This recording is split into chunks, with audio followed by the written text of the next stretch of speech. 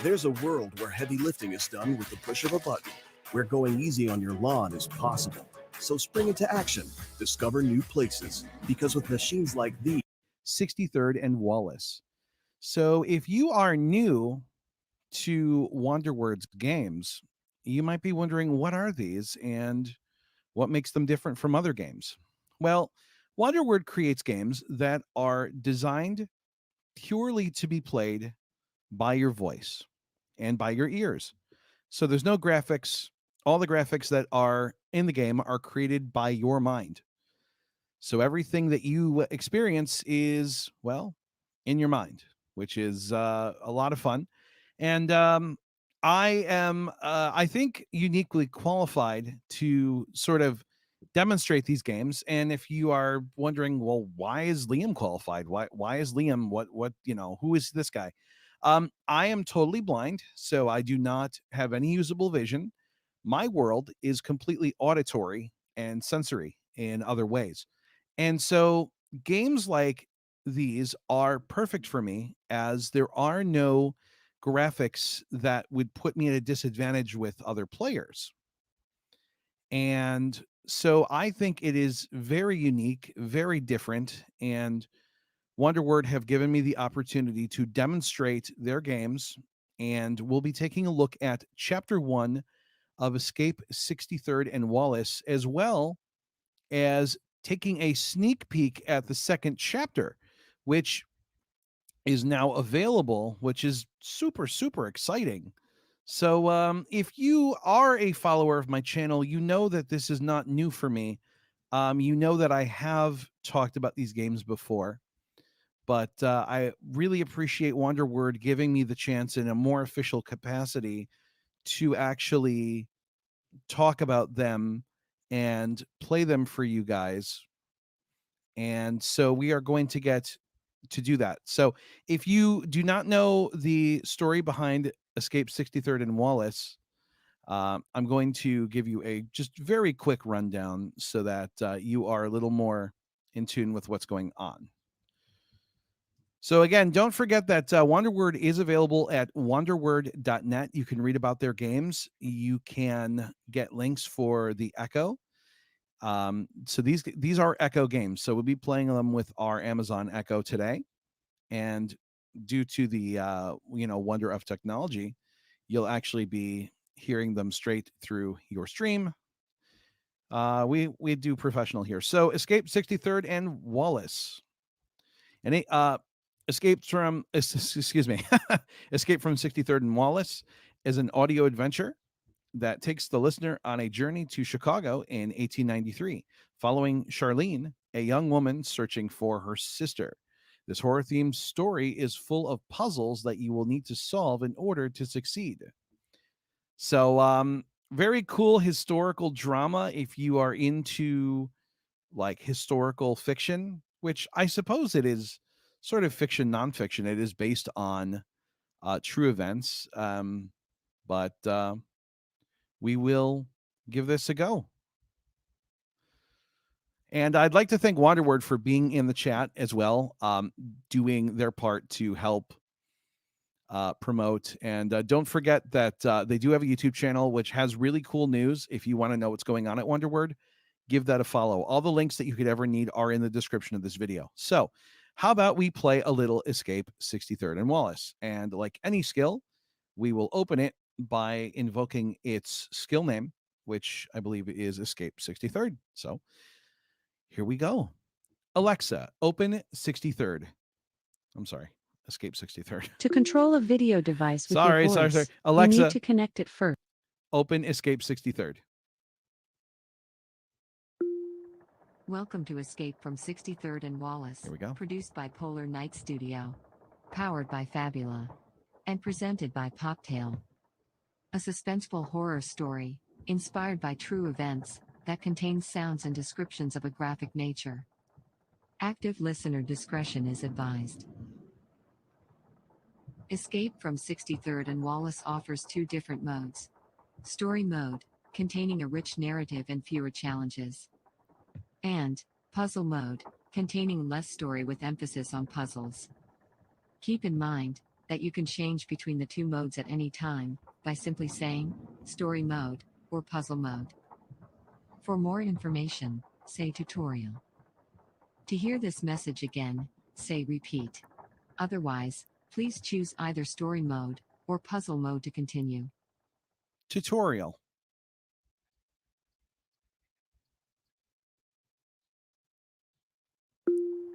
Try saying I did. story mode Sorry. for a more narrative-focused experience. We'll do tutorial. Or puzzle Alexa, mode for tutorial. There we go. Listen to the story, and when prompted, speak your intended action, such as open door, close window, or read the letter. There are several puzzles throughout Escape from 63rd and Wallace. Use your wits to solve them, and to overcome obstacles. Furthermore, most Escape from 63rd and Wallace chapters contain more than one ending. Why not try different choices and see where the story takes you? Escape from 63rd and Wallace also offers two modes, story mode and puzzle mode. Story mode contains a rich narrative, where you get to know more about the main character. Puzzle mode skips most of the character descriptions and background story. Some puzzles can also lead to the death of the character, and has to be replayed. Now, please choose either story mode or puzzle mode. Story mode. So for this Story mode stream, selected. we're going to do story mode. You have arrived at the main menu. From here you can choose which chapter you want to play, check your inventory, or listen to the tutorial for more information. Chapter 1 is free to play for all users, while the other chapters require a premium payment. At this moment, there are two chapters available, Chapter 1 and 2. Chapter 3 and 4 will be released at a later date. Ooh. Do you want to play Chapter 1 or Chapter 2? Chapter 1.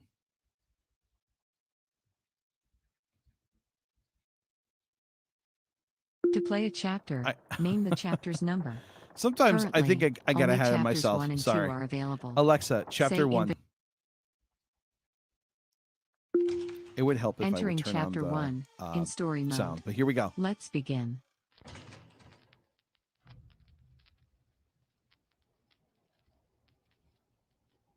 Escape from 63rd and Wallace. Chapter 1, The Arrival. Charlene, or Charlie, as she had insisted on being called from a young age, sat on the train, heading for Chicago. She came up with the nickname herself. Her mother's disapproval had been clear, but her sister Margaret had taken it to heart. In all the letters Margaret had penned to her sister, regaling her in descriptions of the White City, she had omitted one important detail. She never once mentioned the smell. Charlie would have remembered. She saved every letter, a few were even currently tucked into her pockets. Her sister had been away for over 6 months. The tone in her correspondence had shifted during that time, from promise and excitement, to hints of isolation and dread. The window next to Charlie was half open, and as the landscape rushed by, the charcoal fumes permeated her nostrils. She could no longer sit patiently, and felt that she should close the window. Try saying, close the window. Close the window. Charlie pushed the window upwards. But in that moment, the train ticket she was holding was caught in a draft, and twirled out the window. Uh-oh. She hopelessly searched the passing landscape. The ticket her mother had purchased with the last of their savings was gone. Something caught her eye, distracting her from the tragedy of losing the ticket. A lifeless figure atop a hill, not far from the tracks. Hundreds, if not thousands of crows swarmed the broken silhouette, biting, clawing, and ripping bleeding flesh from its face and hands. The crow man was dressed in a top hat and black suit. From the distance, she could see dark empty eye sockets underlined by a hollow grin.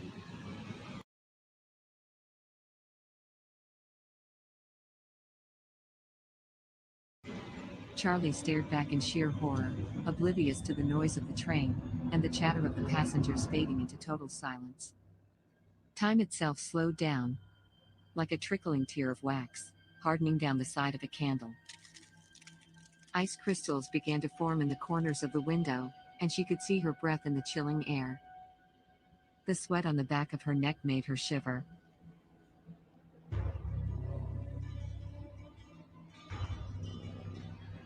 No longer able to fight the unforgiving cold, she hugged herself tight and struggled to maintain consciousness. Her eyelids became heavy, but she was determined not to succumb to sleep. She opened her eyes. Standing over her was the creature. Empty eye sockets dark with dried blood, staring down at her. The crow on his shoulder was ripping and pulling at his rotting flesh. And then, he spoke. "Don't ring the bell."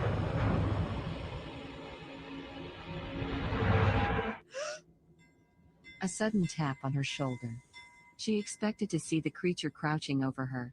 Instead, a uniformed attendant in a blue suit with gold buttons stood at her side. He took a step back. "Miss, your ticket, please."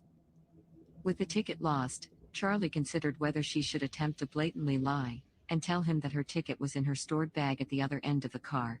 That way, she could make her escape to the next wagon. Or attempt to charm the attendant into allowing her to remain on the train. Or simply tell him the truth and deal with the consequences. She could tell the train attendant the truth, lie, or charm him. The truth. The words poured out of her. "I'm sorry, sir." She pointed at the window. "I lost my ticket. I was attempting to close the window just now. Because of the noise and the terrible stench." She took a breath and continued. "The ticket was pulled out of my hand in the draft." With the exception of a sudden twitch of his left eye, the train attendant did not speak a word. He looked for a moment at the window, then returned his gaze to Charlie. "I appreciate your sincerity, miss. But..." He paused and looked down, inspecting the shine on his shoes. Unwilling to meet her gaze. "But, I'm afraid the best I can offer is for you to remain on board until we arrive at the next stop. Dearborn Station." To ease Charlie's growing anxiety, he continued. "Dearborn is only a few miles southeast of Chicago Union Station. Perhaps you can find an alternative form of transportation to take you the rest of the way." He withdrew, giving her a kind but Well, that's too apologetic bad. look, and then continued down the aisle. Charlie pondered on her situation while her upper body fought against the incessant rocking of the car. Her shoulders jolted with each blow of the whistle. She was close now. Close enough to find her sister. Tugging at the high lace collar of her starched blouse, Charlie struggled to maintain the ladylike composure she had been taught. Her gloved fingers traced the intricate metal flower of her brooch. It reminded her of home, where wildflowers were blooming in the fields. Her mother standing on the steps of their small farmhouse, ringing the brass bell for supper. As she looked out the smeared windows, it dawned on her that she had never been this far from home. Sighing in defeat, Charlie sat back down. Her mind returned to concerns about her sister. The tone in Margaret's recent correspondence had shifted, from promise and excitement, to hints of isolation and dread. And only Charlie could spot these invisible cries for help in the messages. Something was very wrong. Charlie considered reading her sister's most recent letter, in the hope to spot any further clues. She could read the letter,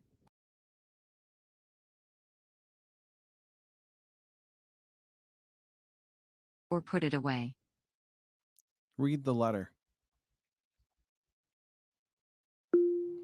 Charlie could read the letter, or put it away. She could always look at it later. Let's see. Read letter. There we go. She started to read the letter. "Dearest Charlie, I hope this letter finds you in good health. These last 3 months have been quite rewarding, though exhausting. It seems that the sun never really sets on the White City. The moment the sky grows dark, street lights illuminate every corner. I am afforded the luxury of a daily constitutional and have become quite adept at finding my way downtown.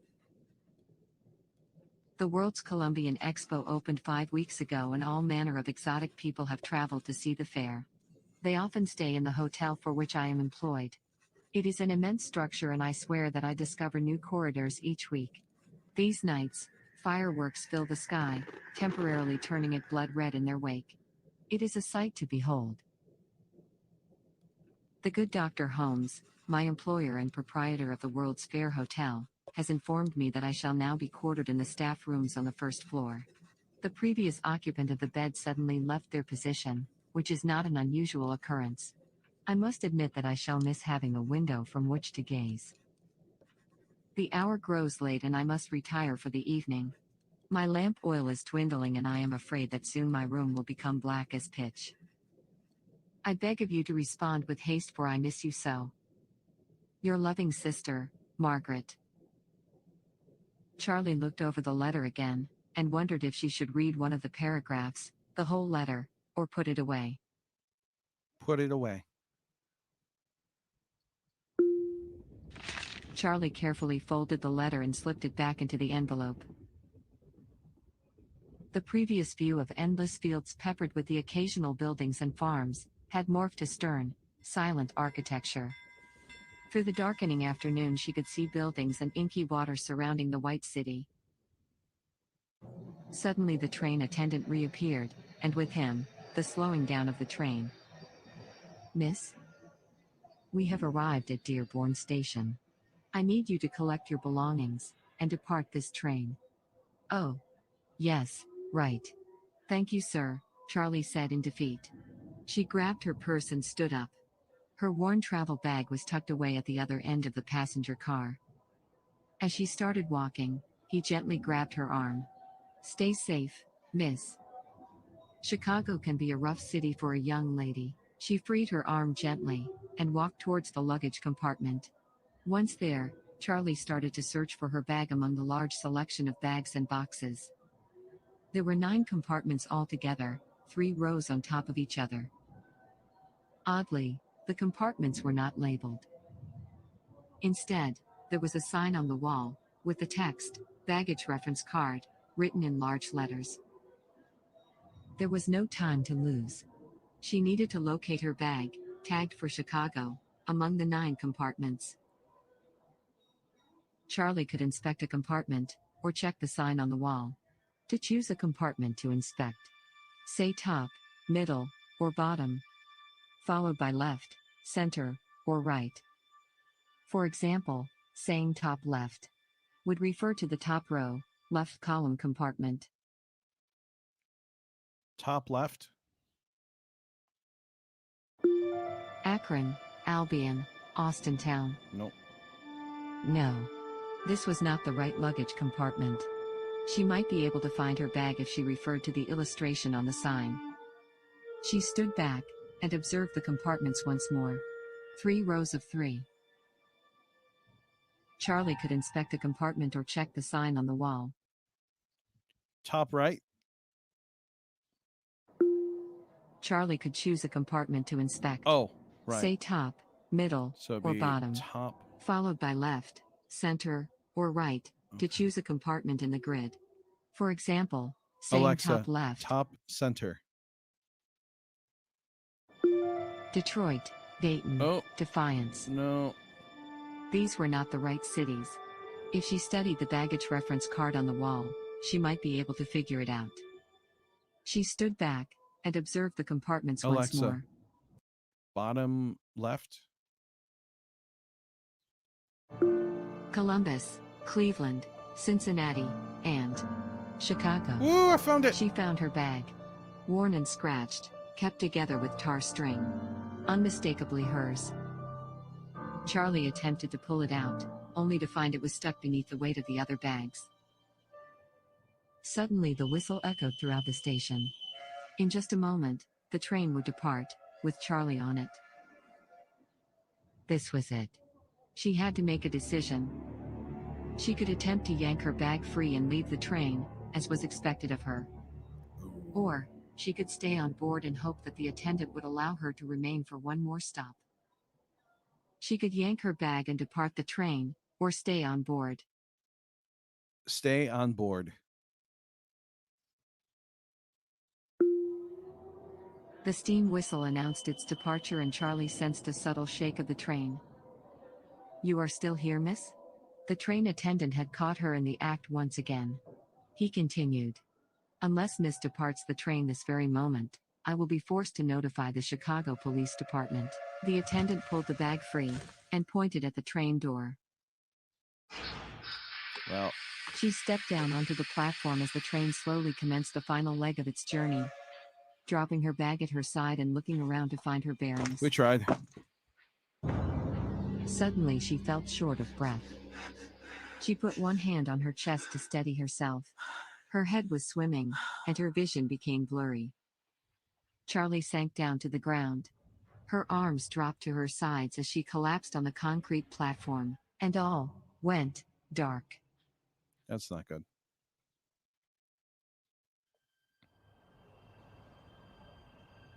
Charlie had no idea how long she had been out. The platform was eerily silent. The sun had been replaced with a full moon, partly covered by thick, rapidly rolling clouds. The smell of rain was in the cool night air.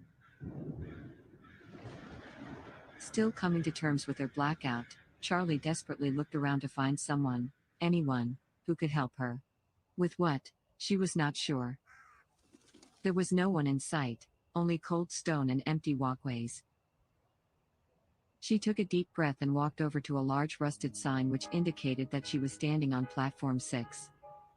It stated that to exit Dearborn Station, she would have to reach the arrivals hall. "I can figure this out," she muttered. But when she saw the main station building, she gasped. In the darkening night, her tired eyes were barely able to make sense of the maze-like landscape that surrounded her. Sounds like Chicago. A seemingly endless amount of train tracks, buildings, bridges, massive stairways, tunnels and overpasses connected the 8 platforms, some in ways that defied logic. Ooh. Balconies and overhangs ended in thin air, or connected in impossible ways. She shook her head and looked down.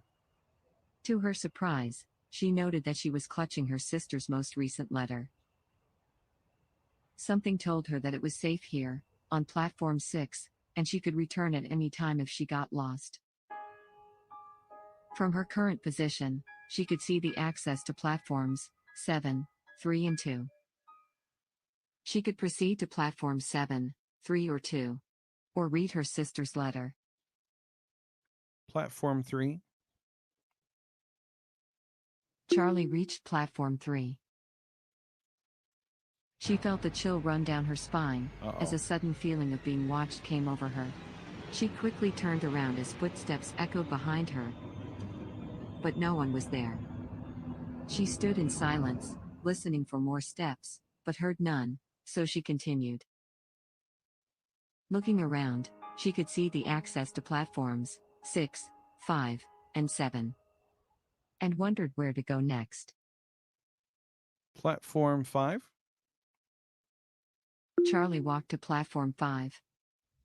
Looking around, she could see the access to platforms 4, 3, and 1. And wondered where to go next. Platform 1. As she got close to platform 1, she finally found the arrivals hall. Yay! That was a good guess. She considered whether to return to platform 5, or enter the arrivals hall at Dearborn Station. Enter the arrivals hall. As she headed in, the rain came. At the same time, a flock of crows took flight from the nearby trees. Oh no, not crows. When Charlie entered the station building, she expected crowds of busy travelers. But when she stepped through the large wooden doors, the silence was deafening. There was not a single soul in sight. No smiling station attendants, no merchants, no flower girls or yelling paper boys. Just the broken remains of the past. What was supposed to be a sanctuary of heartfelt reunions and goodbyes was instead a derelict, rotting cathedral of broken windows, doors ripped from their frames, and walls consumed by mold and rot. Tables lay cast onto their backs, with their legs pointing toward the sky, like slaughtered cattle. Rusted station signs peppered the scene. Not a cathedral. It was a crypt. A thick layer of dust and debris covered the large space. She looked up. Rain poured down through the broken windows in the ceiling far above her. Faded pillars of moonlight dimly lit the floor. As if imprisoned, moths floated within the beams of light. Suddenly the doors behind her slammed shut. Oh. She looked towards the arrivals hall and saw the familiar rows of wooden benches where one would expect cries from restless children and their anxious parents. Instead, the benches were covered with tattered old tarps. Charlie froze in her step. The Crow Man was waiting for her. The deformed body was slumped on one of the wooden benches. A black bird flapped its wings impatiently, a strip of gray flesh hanging from its sharp beak. Without turning toward her, the Crow Man raised his arm and held up a piece of paper. She inched closer and saw her train ticket. And then, the creature spoke once more. "I told you to stay away."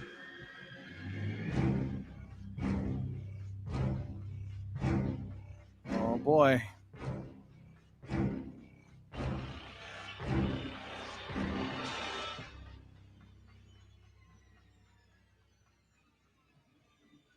You have successfully completed Chapter 1, The Arrival. You can now hear Charlene Weatherford's character profile based on how you played. Would you like to hear it? Yes.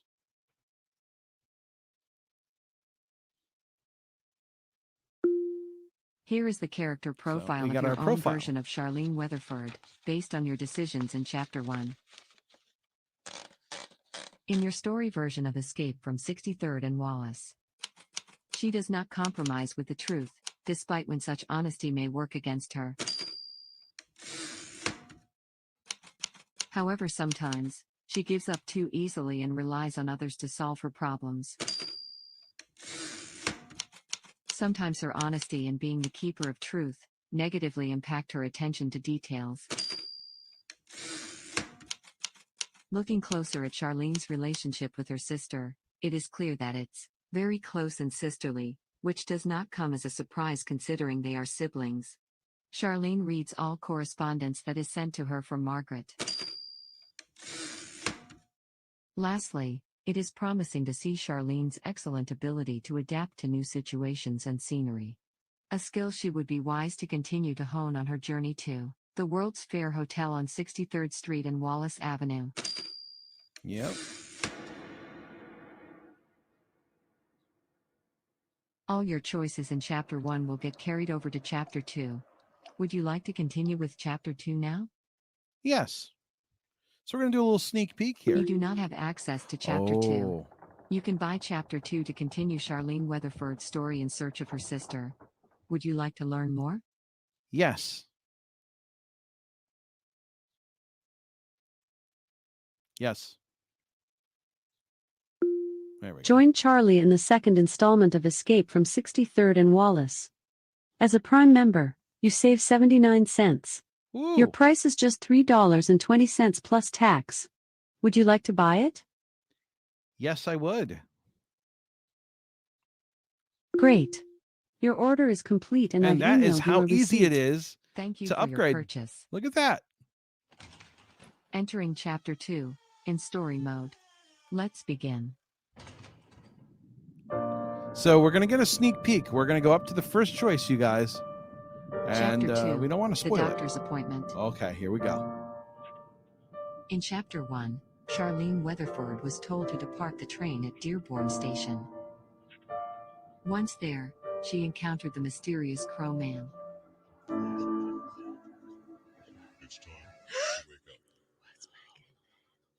A perfect circle of wide eyes stared down at Charlie. Her eyes shot open. She found herself sprawled out on a white marble floor. Her pounding headache was temporarily forgotten, as she noticed the crowd that had gathered with raised questions of concern and curiosity. Charlie could stand up, or stay. Exit. So, like I said, we only did the teeny little sneak peek here because we don't want to spoil anything. I don't know if we were Supposed to go a little further, but didn't want to, I don't want to spoil anything for you guys. Um, I guess we could have gone one choice further. But what I really like is that our choices are carried over from the first chapter. Um, that was a quick choice there. I thought we were going to have a little more expose, so maybe I was supposed to go a little further. But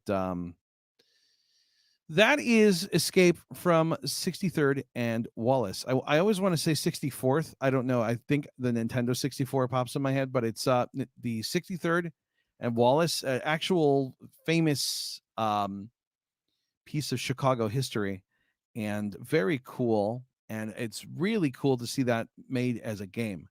Now, there also is a puzzle mode, and it is 131. I don't know if we can do both on this stream, but I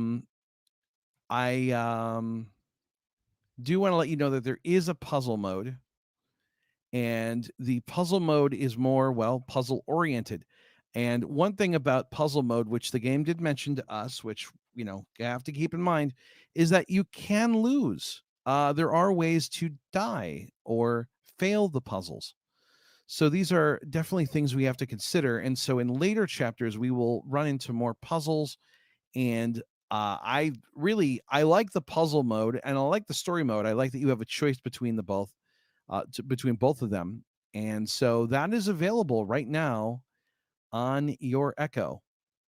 All you have to do is ask your Echo to open Escape 63rd, and you can start playing. And as you saw, buying the chapter is really easy. It's just answering a question. And if you are a Prime member, you can save a few cents, which is always good. So again, this was Escape 63rd and Wallace. I will be back a little bit later today, and we'll be checking out another Wonder Word game. We'll be checking out Cursed Painting, which has a large amount of content, and we'll be playing about an hour of it. And if you guys enjoy these videos, we could probably do more. I'm sure Wonderword would be okay with that. And I do want to thank Wonderword for sponsoring this stream. I want to thank everyone from Wonderword for being absolutely fantastic and giving me the opportunity to do this stream. While we were streaming, I would like to thank them for actually coming out and participating and restreaming this to their own channel. So it was very, very nice of them to do. Certainly, that was a step above and beyond. And I will be doing a lot more Wonderword content as time goes on. So, anyways, my name is Liam. I have enjoyed being here. And I want to thank you guys for being here. Joseph says, nice stream. Thank you, Joseph. Wonderword says, thanks. So really glad Wonderword was here. Before I go, though, I want to thank my awesome patrons that make these streams possible. They are there up there on your screen. You too can become a patron at patreon.com/Liam Erven.